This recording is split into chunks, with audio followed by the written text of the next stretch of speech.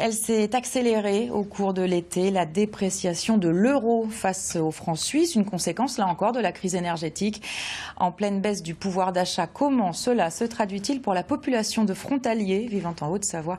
On voit ça avec Ingrid Pernet-Duparc et Serge Vorette. Christophe Chevassus est courtier en ligne dans la zone frontalière de Genève. À ce titre, il suit quotidiennement les fluctuations de l'euro et du franc suisse surtout.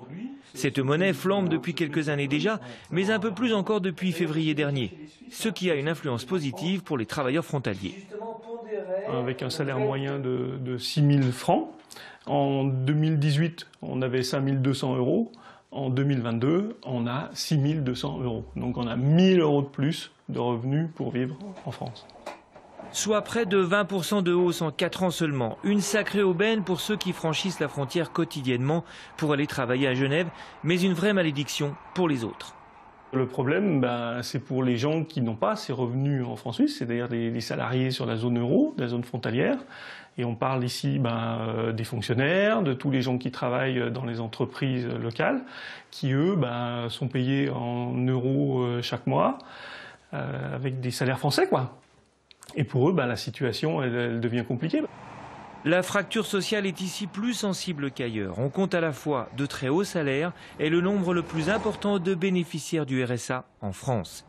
Les élus de la région d'Annemasse plaident depuis longtemps pour une prime à la vie chère pour les fonctionnaires, mais pas seulement.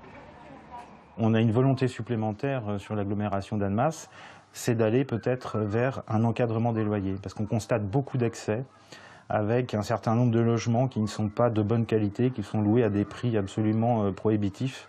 Donc il faut absolument qu'on se batte pour celles et ceux qui sont salariés en euros sur ce territoire et qui vont bientôt ne plus pouvoir y vivre si on continue dans cette logique d'inflation. Une situation comparable à la région parisienne qui risque bien de durer tant Genève est à la fois une locomotive économique et un aspirateur à emploi transfrontalier.